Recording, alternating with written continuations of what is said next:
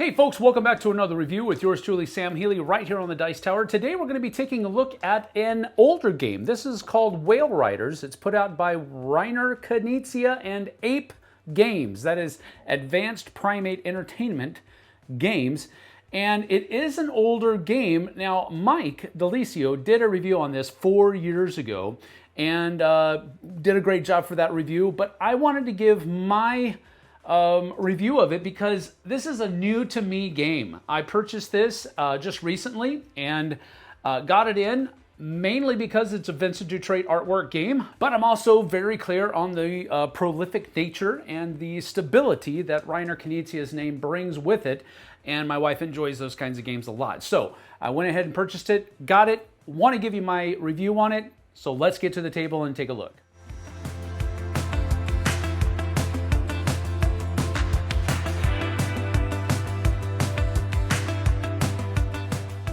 So here I have a 4-player game of Whale Riders set up for you, and basically everybody's going to be dealt 3 contract cards and 3 coins at the beginning of the game. Now, there are a couple of variants that I have set up here because I'm the kind of person where as long as the variants aren't too complicated, I like to play them from the very beginning of the game. And those are some public objectives that are out here that are basically races that the first person to achieve these things gets the rewards that are on the top of them.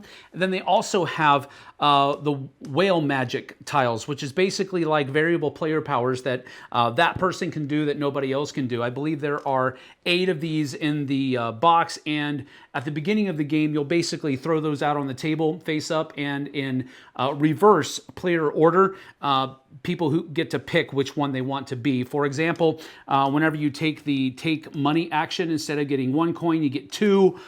This one over here basically says instead of having a starting hand of 3, you have a starting hand of 6. So you have 6 contracts in your hand from the beginning of the game. This one over here allows you to purchase as many tiles with 1 action whenever you're at one of these different ports. And this one allows you to switch tiles from one space to another at the port you are currently located in before you purchase things. Now, the goal of the game is to have the most pearls at the end of the game. And these final tokens up here are all pearls, but you're also going to be able to get pearls from finishing contracts as well. So as you can see here, this contract awards the person 5 pearls at the end of the game. This contract awards them 4. This one awards 3, 4, 6 over here. So the point of the game is to accumulate the resources needed to finish the contracts, and that's going to give you points at the end of the game. But the contracts will also award you a number of coins during the game immediately after you finish that contract so that you can purchase more resources. So on your turn, you're going to be able to do 2 of 5 different actions. The first one is going to be move your whale rider to the next location. That's going to be 1 action. Another action is going to be able to purchase tiles from the port that you're at to the tune of the money that's below it. So this one's always going to be free. This one's going to cost 1, 2, and 3. Another thing that you can do on your turn is take money. And whenever you choose to take money, you just take 1 coin, unless, of course, you start with this whale magic tile that allows you to take 2 with that 1 action. Another action that you can do on your turn, if you don't like the hand that you have, is that you can discard action cards out of your hand to get rid of them so that you can draw up at the end of your turn, which there is a replenish phase, to your hand limit, which, again, is normally 3, unless you have this one, which makes it 6. And then finally, what you can do is you can take an action to fulfill contracts. And when you fulfill contracts, you can fulfill as many of them as you're able to fulfill with the resources that you have. And it only costs 1 action to do that. Now, a couple of things about movement. Whenever, at the beginning of the game, the only way that you can move is southward towards the lobster port down there. Once you have moved all the way down to the lobster port, you must turn around, and then the only direction that you can move is toward the sun port where everybody starts. Once a rider gets back up to the sun port, they cannot take the advance action any longer. They have to stay at the sun port, and the only thing that they're able to do are the other things that are available. For example, taking coins, purchasing tiles, and so forth and so on. The only tiles that you can purchase, though, are these right here, and of course you can spend however much money that you need in order to get that. But realize, once you get back to the sun port and you start buying these tiles, you can no longer go down this way, and you can no longer meet any more contracts unless you have the resources that are necessary. Some of the contracts are very straightforward. You need these resources in order to get these many points at the end of the game and that many coins during the course of the game. This one, however, is a little bit different. So this one basically means that you simply have to use 5 resource tiles in order to complete this one. Doesn't matter what's on them, doesn't matter how many resources it is, you just have to use 5 resource tiles in order to complete this contract. This one, again, very simple. 3 jars gets you that many points at the end of the game, and it gets you that many coins immediately. This one right here simply means that you have to have 10 resources in order to fulfill this tile. Doesn't matter how many tiles there are. So example, if you had 3, 6, 9, 10, then you'd be able to use those 4 tiles to complete this if you had purchased those tiles. So my first action is going to be to move to here on an action. I get 1 more action. I'm going to go ahead and buy a tile. And since this one's free, I'm going to go ahead and take that one and put it in my tableau. And those are the 2 actions that I have. Now, at the end of my turn, I have to do a replenish phase, which means that these 3 are going to move down here, and then another tile comes out of the bag into that area. Some of the tiles that are in this bag are called storm tiles. And this simply represents the coming winter storms that are going to make traveling up and down the ice coast a little bit more dangerous. And so what this does now is that's going to stay on the board. So once this gets purchased, these are going to scoot down like that. And then eventually, this one's going to take up the most inexpensive spot at that port. So that just gives you an idea of what we're doing here. So these are wilds, by the way. Didn't mention that, but there you have it. That's just thrown in there for free. Also, during the replenish phase, if I had fulfilled any contracts, I would draw more contracts to bring my hand back up to its starting limit of 3 or 6, depending on if you have that one. And then that would be the end of my turn. The next person would go, and maybe the first thing they want to do is they want to take a couple of coins because they took the take 1 coin action, which allows them to take 2 because of their special whale magic. And then they're going to do their second action of just moving down like that. Then this person over here, maybe they're going to simply move down 1, and then they're going to take this one for their free action, and these will slide down, and another tile comes out. And we place that right to, oh, another storm tile, daggum. All right, and that's the end of their turn. And now this person's going to move down, and maybe because they have a lot of things that require 2, they're going to pay 1 coin to take this one right here and put it in their tableau. Then these scoot down, and another tile comes out from the... Geez Louise, I am horrible at pulling storm tiles. So it looks like this first port is closing down pretty stinking quick. And that's pretty much how the game goes until all of these have been purchased, realizing that these cannot be purchased at the beginning of the game. You have to travel down to the lobster port and then back before you can start purchasing these pearl tiles up here. But once all 7 of these have been purchased, that signifies the end of the game. Doesn't matter if everybody's back up here or not. And then you tabulate who has the most. Whoever has the most pearls is the winner.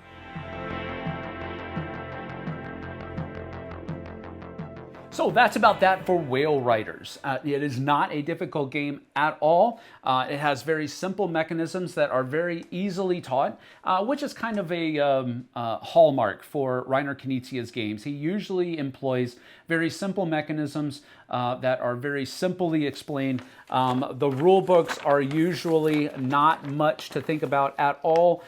You really have 4 pages, and frankly, the only thing that you really need to play the base game is is the first paragraph here that talks about the end of the game.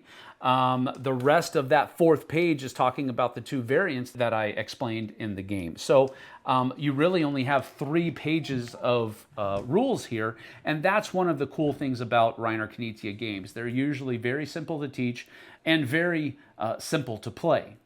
So take that for what it's worth. You're not biting off a whole lot as far as complexity is concerned here. It is very much a family weight level game that I think is palatable for a number of different stages of game playing, if I can put it that way. So it really will be able to be tackled by a wide range of players.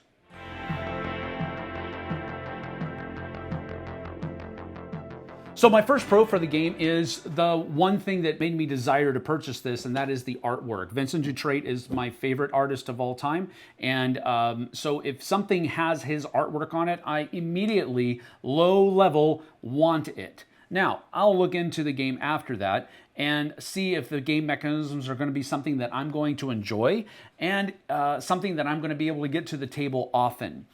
So there's more to the purchasing of this game than just the artwork, but the artwork was the hook that kind of drew me in. His command of the color blue, I've said this so many times, but his command of the color blue is amazing.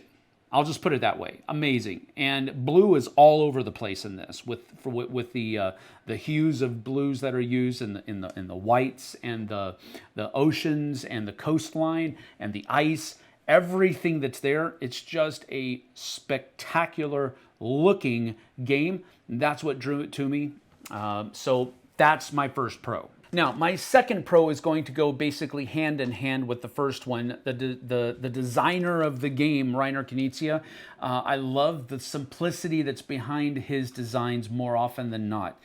He designs very fully family weight level games, and those are the kinds of games that I play more often than not in my current gaming situation. We host a lot of game events at different places in our community and here at our home, and these are usually the kinds of games that those people who attend those events are looking for. And I like having games that, first of all, for my first pro, look really good, and second of all, have solid, challenging, engaging, yet simple mechanisms, and that's exactly what Reiner Knizia usually puts into his games. And so that's really my second pro. It's kind of weird to have a designer be a pro in a game, but what he brings to his designs is the pro here, not necessarily his design. My third pro is going to be actually the variants that are used in the game that do come in this copy of the game. It's not like you have to go out and spend like an expansion or something like that. You don't have to spend more money to get them. They come in the box. And the two variants are actually, I think, what make the game much better than just the base game. The base game's fine, don't get me wrong, but for a gamer that wants to teach this to people who are maybe just getting into gaming, it's nice to have variants that don't overcomplicate the basic system of the game. They just give you a little bit extra stuff. So the first one are the whale magic tiles. That's a really great thematic, fun way to say variable player powers. I can do something that the rest of the people at the table can't do, and I love it when games do that. Now, it isn't an overarching thing that's really life-changing and game-changing. They are just little tiny things that I can do that make my experience with the game just a little bit different than everybody else's, and I like it when that happens. So it is a low-level variable player power variant, but it is still there and it is still effective, and I like it. The other one, the goal cards, I can't remember what they're called. They are called the Clan's Decrees. So these are things that the clans that you're going to be trading with are going to be counting as kind of like prestige type things. And so, you know, it's like whenever the first person to get 8 pearls of points in the game is going to get 3 coins right off the bat. The first person to have 8 coins in their purse gets 3 pearls at the end of the game. This one, basically the first person to finish 3 contracts is going to get 3 pearls for the end of the game. And it's there are basically, I believe, 6 of those in the game, and you randomly determine which 4 come out for each individual game, and that doesn't change according to your player counts. I really like those 2 additions. Variable player powers on one end, public objectives on the other. These are great additions to an otherwise very simple game, but it doesn't change the complexity. It just changes how you do and what you do and how you prioritize the things that you're doing in the game. I really enjoy these things, so that's my 3rd pro. 4th pro is I like the storm mechanism because the storm mechanism is going to, or the storm tiles representing the storms coming, are a great way to tighten things up as the game goes on. At the beginning of the game, there's a lot of choices out there. You can purchase almost anything that you want, but as those storm tiles start taking up those spots in the different ports, things get a little bit tighter, and it's going to make the decisions that you're choosing a little bit more significant as the game goes on, because I know that, well, that port's done. I'm not going to be able to purchase anything there, or I'm not going to get anything free here anymore, so I need to move on. Or it just changes the significance of the choices that you're making, and that's what's important to me, and that's why I like it. It provided an impetus to all of the decisions that you're making and made them tighter as the game goes on, and I really did enjoy that. Finally, my final pro is the fact that it's a short game. It does not take a long time. The box says that you're looking at 45 minutes. That's about right, especially for a 5 or 6 player game, which is what this goes up to. It also goes all the way down to 2. So that also is another pro for me as well. The fact that it handles a large number of people from 2 all the way to 6. That's a cool thing, and that fills a niche that is really kind of needful. Most games go from about 2 to 4, and anything over that is usually relegated to something that's a little bit more like a party game. And while this is simple, like a party game, it does not carry that party game feel, which I actually like, because it can handle 6 players, but it doesn't feel like a party game at all. So those 2 things are really kind of one pro, but I listed them as 2. My one con for the game, though, was something that I really do look for in games, and I wish that they had them, and when they don't, it's kind of an egregious error for me personally, and that is the lack of player aids.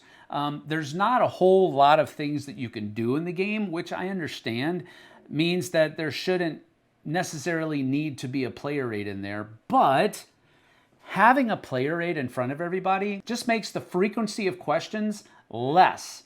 What can I do again? What are the 5 things I can do again? They're right there in front of you on the player aid, instead of me having to say bomb, bomb, bomb, bomb, bomb, bomb, bomb. You understand? So the fact that I think a player aid would have been a very easy inclusion, and they didn't do it, come on. It means that I don't have to have this out the entire game. You can easily put all of these things on a player aid. You can easily put all of the actions on a player aid, instead of me having to be out here or having to give the long answer. I can just say, hey, they're all right there on your player aid. So the fact that this doesn't have player aids, that's a con in my opinion.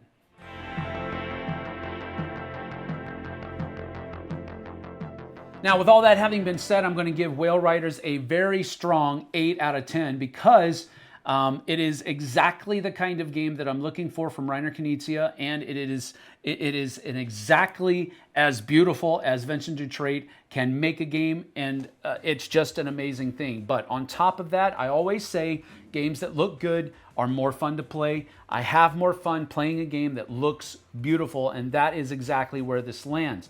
But on top of that, I think there are also low-level, challenging choices that have to be made in this game, and I enjoy that. It's a simple game, but it offers great choices and great challenges, and that's one of the things that I really do enjoy. So that's it for me, an 8 out of 10 for Whale Riders. Thanks for joining me. We'll see you guys and gals on the flip side. Take care.